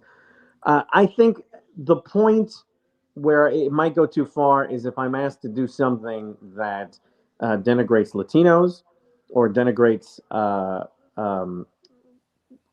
a cause that I believe in or myself. Because look, I play a lot of scumbags and stuff, so I don't mind playing bad characters. But the thing is, if I'm going to play a scumbag and do certain things, he can't win. He can't be, he can't come out ahead. If I'm going to be, it's a tough question, Lou. It's a tough question because as adults, you got to remember you're playing a role. You got to put politics aside. But I don't know. If I'm asked to do, I've hardly been asked to do something that I really don't believe is in decent taste. So that's, I don't know. It's a tough one. The reason I'm asking this, and I asked Merrick McCarthy this question first, about a year ago, which is kind of like it was a little, and Trump was still around, so it was kind of a weird thing. And I was like, how would you feel about a producer like that on set showing up? He's like, well, I'd walk off set if I didn't feel. And then I asked that question to Randy Davison, and I was like, your actor friend just quit off a job, and now they're like, hey, Randy, you're our next choice, and you come on the set. How do you feel if the actor who just left for those reasons? How would you feel comfortable about that role? And then the question to you is, similar, but you basically, said it's basically based on not necessarily whether that person is too extreme or not, but whether that person is affecting, or what you're doing is affecting your personal sensibilities, right? Yeah, I think that's what it is. Like if they said, hey, look, we're going to talk shit about Latinos, or we're going to talk shit about people of color. You know what I mean? Okay, but if I do it in a dopey way, you know what I mean, where I'm shown to be ignorant, you know what I mean? Then that's okay. But if I'm doing it like hey, we're praising people that look down upon certain other people. I don't know. It's a weird. It's tough to explain, but yeah, I don't know. Dignity's a weird one. You know what I mean? Like, you're just going to know how it feel in the moment, right? Yeah. How come Republicans aren't funny? I think some of them are hilarious. They unintentionally. try, and there's maybe a couple of them they put on some YouTube clips, which are more like, oh, look how the left is all blah blah blah and hypocrites, and yeah, I get it, we're whatever, but the most part, they're not really that funny, right? Yeah, I mean, for the most part, I mean, it's almost like hey, look, why are Jews good at writing jokes? I don't know. It's just a thing that it just goes hand in hand with I don't know, guilt about having murdered our Lord and Savior. Something like That's that. what it is, Yeah, I think that, and I get obviously like and I like the whole let's go Brandon thing, which is I think like a weird thing because I mean when, and again, people get my politics messed up anytime I talk about stuff like this because they're like, "Oh, Biden's a piece of shit." Blah, blah, blah, blah. I'm like, "Yeah, I get it." Out of every single candidate the Democrats had, Biden was last on my list. It was Bernie, and then everybody else. You're gonna give me Pete, Amy, all the other people right there, even Hillary, all of them, and Biden is dead last at my choice. The one thing that makes Biden the best possible person is we double checked and we triple checked, and he was not Trump. And that's all that was. Column A was Trump. Column B was absolutely not Trump. He's a fucking centrist in Democratic clothing. He's as close. He's more Republican, more like baseline Republican than Trump ever was. He is a centrist. He has no love for the actual left of the Democratic Party. They have to drag him kicking and screaming. He's somebody who didn't recognize the validity of gay marriage until like the early 2000s. Fucking Bernie Sanders was at gay pride parades like in 1982. He was fucking with Martin Luther King in like the 60s in Selma. Like, so I think it's also funny that they take Joe Biden is a fucking communist. He's a fucking centrist. And if you're gonna say fuck Joe Biden, say it with your chest. Like Kevin Hart. Don't give me the fucking let's go Brandon. Yeah, let's go. It's say it. The people who hated Trump wrote actual songs that said "fuck Donald Trump," boom, boom, boom, fuck Donald. Like we made the song. Yeah, we said. If you're gonna say, look, commit to it at very least. You know what I mean? Because I gotta tell you something. I was accidentally. I wound up at a Republican event. Whatever, it's fine. Some of my best friends are Republican for some reason, but there was this guy that said, "Let's go, Brandon." And it blew my mind because he was Middle Eastern, and my head almost exploded like that guy in Scanners because I couldn't understand, like, what makes you, what happened? Show me on the doll where you were touched that makes you vote against your own needs, your own. Yeah. You know what I mean? I don't understand. Like it. Poor people that vote against their self-interest, and Latinos and people of color that vote against their own self-interest. I mean, the Democrats are horrible. Obviously, they just drag immigrants along for years to keep them as a pawn. So Absolutely. trust me. I'm not a staunch fan of the. I'm a leftist and a liberal, but I'm not necessarily a fan of the Democratic Party. But it does feel kind of weird, and also this can be said about the Latinos that are like in Texas and Florida and that are like, or even California, that are big Trump supporters. And I'm like, the white boys with the lifted trucks are not going to like you anymore, dude. They're not going to accept you and love you and as one of their own because you got the fucking the California lift and you're rocking the red hat, man. Like they still call you a beaner behind your fucking back. They don't care. You're not going to be accepted. It's okay to support causes that are for your people. You don't have to fully assimilate and be like, well, I'm gonna be a white boy with a truck now. I'm a fucking Trump fan now. Blah blah blah. Like it just. Yeah, we got a term for guys like that. It's called Theo Tom. And Theo Tomas. Yeah, Theo Tomas. It applies, man. It applies. All right, guys, we are live wrapping things up with Mr. Jordan. I said it wrong. Jordan Jacob. You should flip them around. Jordan Jacob. talking about his new web series, Size, which he wrote in collaboration with a lot of San Diego's. So, shout out to Eric, Cassini, Michael Foster, Beth Gallagher, the crew at Brew Bar, and downtown Chula Vista Renaissance right now. The homies got a restaurant right down the street, El Cruce 241. Nice. Just had tacos there. It's just like on the next block after Brew Bar. And so shout out downtown Chula Vista, which obviously I live real close by. I did want to do a couple other things with you real quick. One of them is something that I've wanted to do with you for a while now, and this is something that I'm going to call the pitch. Ooh, okay. Wow, you got a graphic for it and everything. I like it. Oh, I got all kinds of graphics. I mean, I got it all. All right, so here's something that I'm pitching to you, and this is something that I talked to you about a little while ago, but then the pandemic happened, and I didn't talk to you for a while, and all kinds of shit. So this is an episode of Jordan Hates, all right, and it's going to be called Jordan Hates the Tropes. Okay. Oh, I am listening. You got my attention now, pal.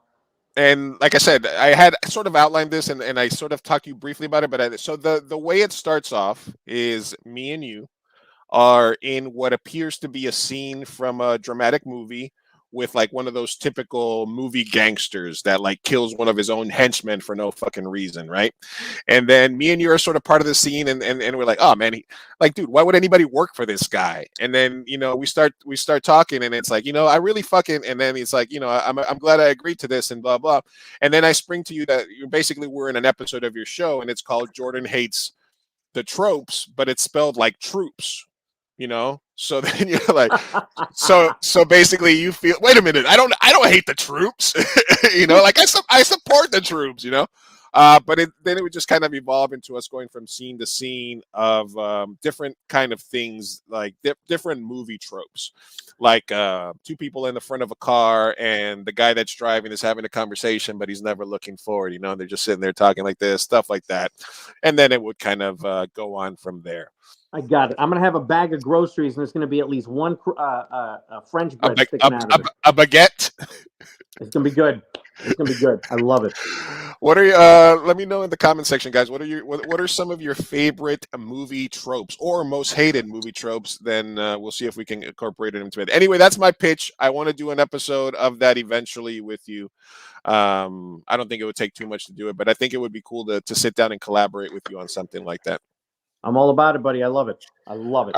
All right. And one last time for everybody that's here, we're going to get to our bracket bit real quick, but we also have a segment on this show that I like to call, Should I Buy This?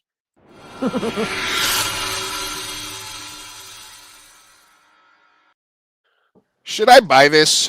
This is I was born 1977. I've recently gotten into watches. This is and a thing with watches is getting your birth year Rolex. Okay, huh. Getting your birth year Rolex is like a thing against watch enthusiasts. Obviously, I'm wearing an Apple Watch. I'd get watch shame for this. Any watch aficionado. But this is a 1977 Rolex Submariner. It's 11 grand, but apparently these watches are pretty good investments. So the question is, should I take some of my crypto money and buy this 1977 Rolex Submariner as a classic timepiece? You're a fancy guy that knows about style. Should I buy this? Let me ask you this. I can't quite see it here. What color are the icons in there? What color is that? Is that orange or brown? I think they used to be maybe gold or bronze. They might be a little bit older. Yeah, they might be gold. Oh, that is nice. You got a lot of stuff you can match with that? I don't have any fancy watches. I have an old watch that belonged to my grandfather. That's just an older watch that's really, really old. But other than that, I don't wear any suits. It's a sporty watch. But I do feel that I wear gold chains. I wear rings sometimes. It's the silver or the steel of it doesn't necessarily match my style. But it would be something probably that would wear a couple of times and then probably just save to resell or just to see what kind of value it had. I gotta tell you, that is one nice watch. I don't know. Look, I mean, look, it does depend on whether or not you're going to wear it or not. But if you're buying it mostly, not mostly, but partially as an investment, maybe it's a plus that you're not going to wear it a lot. Yeah, I mean, 1977. It's been probably beat up and polished a couple of times. You're not going to get away with that, but it's still a Rolex as long as it still has the movement and it's still official. You know, I don't know if you can go wrong. Watches are hot right now.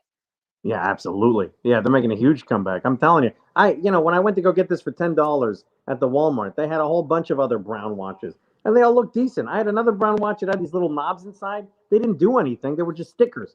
But watches are making a huge comeback. Lou, I got to tell you, you should get that as a present for yourself. Treat yourself. Yeah, treat yourself. Why not? It's your birth year. It's brown like you kind of are. Everything's a sign. It's a sign. I'm a little brown. I got you. Yeah, I got you. You tan well. I do get a perfect, like that perfect in between color when I do tan. It is true. It is. You're very observant.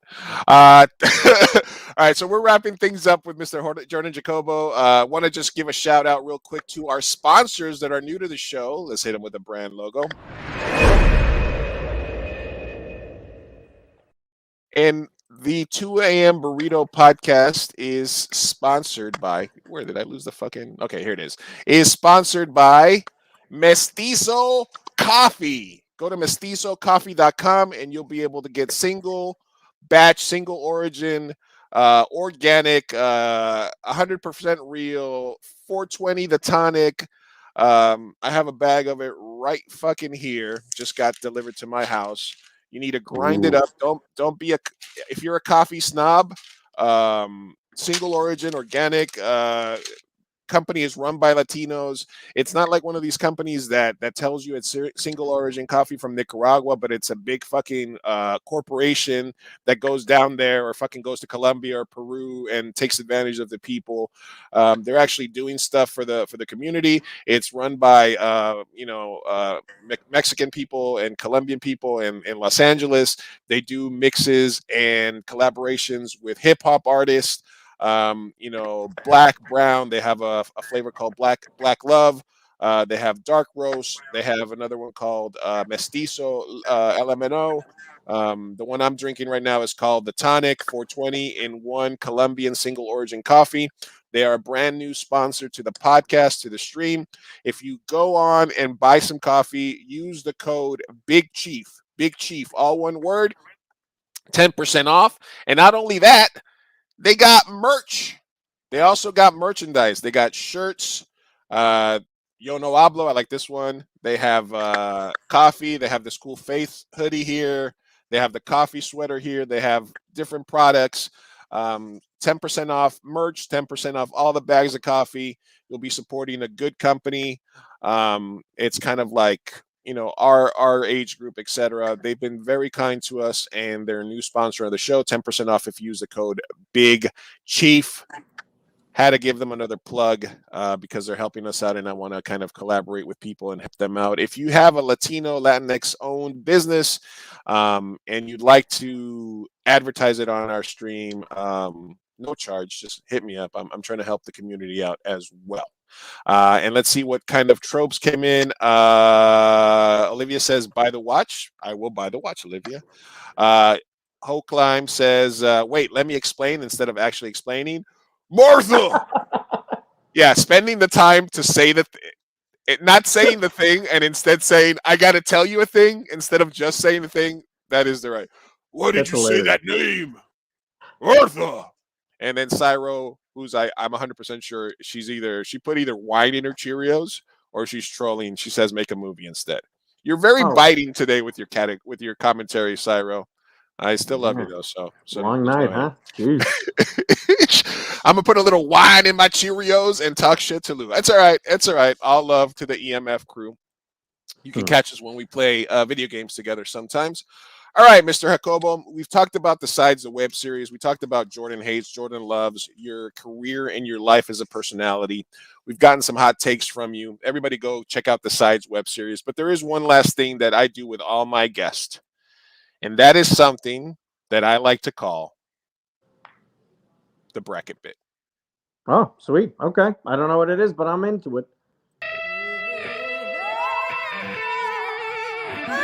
All right, boys and girls, you know what that sound means. It's time for Bracket Bid. Bracket Bid. Bracket Bid. Woo, woo, woo, woo. Bracket Bid. Bracket Bid. Woo, woo, woo, woo, woo. Fireside Chats.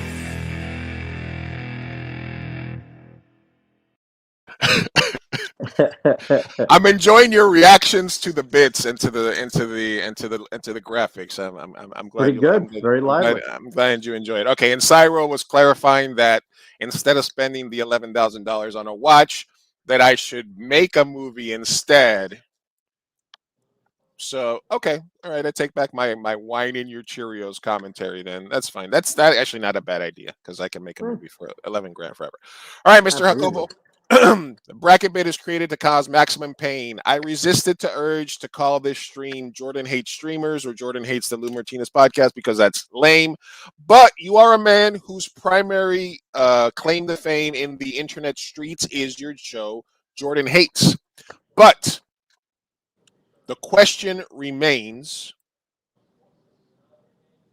what do you hate the most? So this is the hate off. I'm going to give you different things that people hate. You're going to tell me which one of them you hate the most. The winner moves on. I create the bracket for scientific purposes to create maximum pain. However, you decide to, which one of these do you hate? I mean, you can use whatever you want as a reasoning for these. Are you ready? Yeah, definitely. All right, we're doing movies right now. He Who Should Not Be Mentioned, Lord Voldemort, or from Disney's The Lion King, the evil lion, Scar. Scar. Oh, I hate him. All right. Humble brags or vague posting? Vague post. Oh, don't get me started. That makes sense because you humble bragged earlier when you were like, I wrote a play for the Shakespearean theater the other day. I never humble brag. I'm the least humble braggy I ever. was a bit of a humble brag. A bit of a humble brag. All right. IPAs or cold brews? I hate IPAs. I can't stand them. What is it with IPAs? What's the fucking deal? Why do people pretend to like them? The same reason people like sour candy and sitting on their own balls. Self-checkout or bad Wi-Fi? Self-checkout. I hate it. I don't work. I don't work for you. I don't work for you. You're gonna you want me to take more time to check myself out so you can fire somebody? Come on. Get out of here. From the world of movies, Danny Zuko from Grease or Sid from Toy Story? Sid, what a prick. I love toys. Did you think Sid gets a bad rap or a little bit too much, because, I mean, he's obviously a troubled kid. He was, acting out a little bit. All of a sudden, he gets traumatized for life by knowing that toys exist. No. Sid's father left for a purpose. Sid's father was right to get out of there while the getting was good. All right, okay, got it. No rest for the wicked. All right, I get you. And what's up with the Toy Story? I'm not going to get into my Toy Story rant. All right, from the world of TV show, we got Skylar White, the beating of a wife from Breaking Bad, or Janice Soprano? I hate Skylar White. Such a pain in the ass. Such a. You're dealing math. I can't stand it. I'm just kidding. That's not what she said. That's not from the show. I'm sorry. All right. Empaths, people who say they're empaths, or people who say they're drama-free? Drama-free, because it's bullshit. Washing dishes or doing laundry? Washing dishes. I hate it. You hate washing dishes? Oh, my God. It's the worst. I don't even do my own laundry, so I'm fine with that.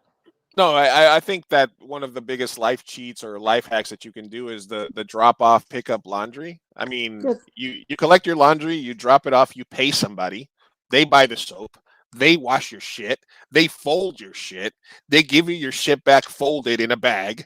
You don't have to fold it, you don't have to do shit. All you do is pay money. If you take into account the time you have to spend to go do laundry, buying soap, getting quarters, driving to the laundry and back, who needs it?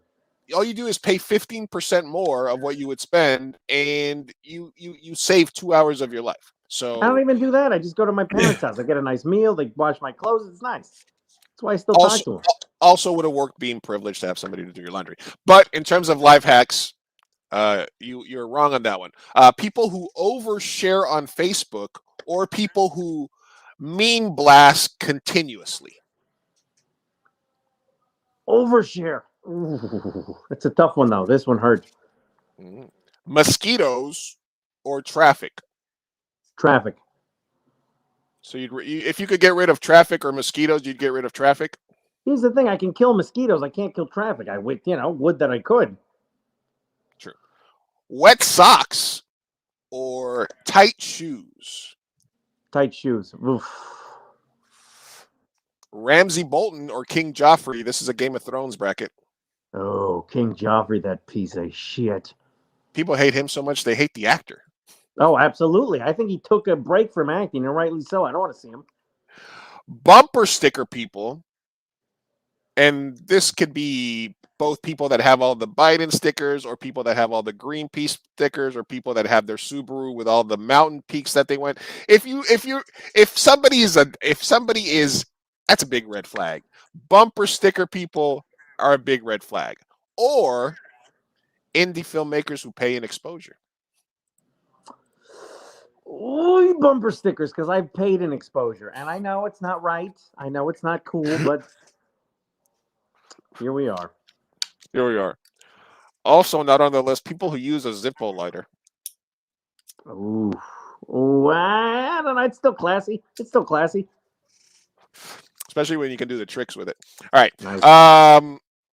Now we're going back into TV land. From The Office, Andy Bernard, which is one of the worst characters in TV history, or from Friends, Ross Geller. Ross Geller, what a creep. Stalker if ever there was one. Ugh. All right. Coming down the list, people who use their original Wi-Fi password. So every time you go to the house, you have to find the AT&T packet, and it's 2x3GM, who never changed their Wi-Fi password. Or me, I'm very lazy. People who don't return shopping carts. Oh, what is the matter with return your shopping cart, you animal? What are you shaving off 20 seconds? Get out of here. Put the shopping cart back. All right. Ugh. People who text in okay, here's a people who text you back when you call them because you clearly had something you wanted to talk to about them quickly, but they text you back after you've called them, or people who call you after you've sent them a text. People who call me. I sent you a text for a reason, pal. I don't want to talk to you. I just want you to respond. But the other one is also annoying. If I called you, call me back when you can. Don't text me back. Fair enough. Fair enough. Right? I mean, that's just me. All right. Moving on. Scar from The Lion King or vague posters? I hate vague posting more. IPAs or self-checkout? IPAs. Ugh. Sid or Skylar White? Skylar White, that piece of shit. Drama-free or washing dishes? Washing dishes. I'm just lazy. Oversharers or traffic? Traffic for sure. Tight shoes or King Joffrey? King Joffrey, that piece of crap. Bumper sticker people or Ross Geller? Ross Geller, that creep. People who don't return shopping carts or people who call you in response to a text? People who call me. Don't do it. I don't want to talk. Please, everybody, start calling Jordan if you have his number. We're going back to vague. No, don't call him now because he's on right now with me. Vague posting or IPAs? IPAs. I hate them. Skylar White or the dishes? Skylar White, because she had sex with Ted. She fucked Ted. She did fuck Ted. Traffic or King Joffrey? King Joffrey, that monster. Ross Geller or people who call you? Ross Geller, that piece of crap. It brings us to our final four here and what Jordan hates the most. IPAs or Skylar White?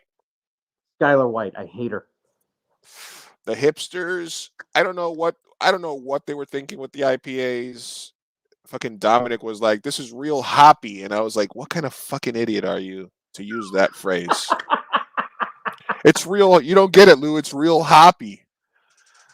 I was like, so it tastes like wheat? What does that mean to me? Yeah, makes no sense. Hey, you know what? I'm not traveling to India by boat. I'm good. Cyro is right. IPAs are the fucking worst. What is The that? worst. Give me a fucking Rolling Rock. Give me a fucking Pale Ale. Give me a fucking Stella. Something crisp, refreshing that I can get drunk with. Don't give me some fucking experiment. Don't. I mean, I'm not a Guinness guy either, and that's also, I guess, an acquired taste, which is sort of the second cousin to the IPAs. But Not for everybody. anyway, not for everyone. Not for everyone. And then I on the will last, take a blue. I'll take a blue ribbon over an IPA. Blue Ribbon's not bad. Blue Moon's not bad. Yeah, yeah. All right, what's our last one here? King Joffrey or Ross Geller? Oh, it's a real Sophie's choice of who's a piece of crap. Oh, it's got to be Joffrey. Yeah, I mean, you know, Ross, they were on a break. He was a stalker. He was a bit of a fucking pain in the ass. But King Joffrey fucking killed a guy in front of his daughter, chopped his head off, and killed a prostitute with a crossbow. It's kind of no contest here, King Joffrey. And interestingly enough, a man of many tastes, a man known for hating things, in this mix of real life issues and characters, two fictional characters have made it to our final. Breaking Bad is a seminal show. Skylar White did have some redeeming qualities. She obviously had reason to be a bit triggered because her husband, who she thought was dying of cancer, became a meth dealer and a kingpin. But she also was the definition of a beating and a pain in the butt. King Joffrey, people cheered when he choked to death. Spoiler alert. I loved it. I love that old lady even more just because it was her. Let me tell you something. King Joffrey's got zero redeeming qualities. Fuck him. He's out. And well, that means you hate him the more, right? Damn right. All right. And he has won the Jordan hate-off. And don't Google hate-off because it's something that people do when they're mad. And that's it. Oh. Well, now. That's Joe Klein says they go very well with food, though. That is incorrect. That is incorrect, Joe Klein. You have zero taste in beverages. There's nothing that what food would IPAs go good with? Like rotting flesh. Like if I was eating rotting flesh, and then it was like, oh, glad I need something. There's this, it's an IPA. Oh, it's better than rotting flesh. There you go. Man, that really helped me wash down my prairie oyster. Fried chicken. Really? No, I don't think so. King Joffrey would win any hate-off. Absolutely. I mean, it was a bit stacked. And like I said, I didn't want to cliche it with teeing that up, but you are known for hating stuff, so I figured it'd be cool to do it as a bracket bit. That's fun. Thank you. So again, thanks a lot, brother, for coming on. I hope you had a good time, man. Yeah, that was fun. Thank you for having me, my friend. Hey, can I plug one last thing? Please. Okay, so I'm starting a new podcast. Although if you are in Los Angeles, you can catch me on DAVI Radio Los Angeles on Tuesdays, Wednesdays, and Thursdays from 6 to 7. Or you can just catch my 1 hour podcast 3 times a week on wherever podcasts are dropped. It is called the Impossibly Positive Podcast. And in it, my partner Carla Nell and I try to give good news, even though it's very hard for me to stay positive. So we try our hardest. We don't always succeed, but give it a listen. It drops in the first of the year, so give us a shot. And thank you very much, Lou, for helping me push sides, and thanks for checking it out, man. No, yeah, absolutely. Like I said, I wouldn't bullshit you. I wanted to watch it live for the first time with you to let you know how I felt. Genuinely, some good laughs in there. Obviously, the cast is incredibly talented. It is well edited and well paced. And I look forward to. You saw I subscribed, so I'll make sure that when it's up on YouTube, I'll check it out. I've also always, Michael Foster has an open invite. I know he's a film guy as well. I want to have him on at some point as well on the show. and yeah, it was. I mean, overdue to have you on. Check out Jordan. Check out Jordan Hates. Check out his podcast, The Impossibly Positive Podcast. Show. Yeah, show and podcast. So it'll be Radio DAVI in Los Angeles. And for here in San Diego, we'll be releasing it as a podcast. All right, brother. So thank you, everybody else. Thank you for Mestizo Coffee. Thank you for everybody that commented, for tuning in. Make sure that you leave a like on the stream. Make sure that you're subscribed to us across all platforms. Remember, it's facebook.com/2am burrito, twitch.tv/2am burrito, and youtube.com/2am burrito. Also want to shout out the organizations that I work with for charity work, which is communitythroughhope.org, helping people that are homeless get meals and get help through the city. Arts for a Better Tomorrow, artbsbt.org, which is Jose Yenke's organization helping youth in Tijuana, San Diego, and Los Angeles deal with trauma through the arts.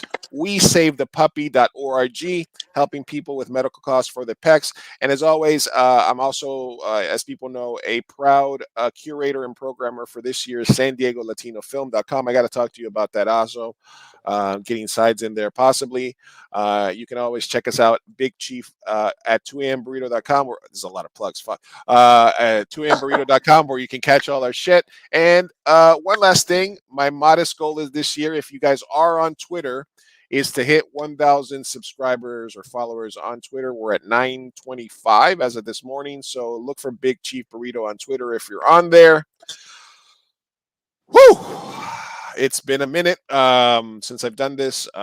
We have more pods coming once a week for the rest of the year, and then we'll take a break. But again, Jordan, thanks for coming on, brother. Thanks for having me. We'll do this outro. It's 30 seconds. Then I'll be back on if you want to say goodbye. Thank you, everybody else, for tuning in. This is Big Chief Burrito, and we're out. Peace.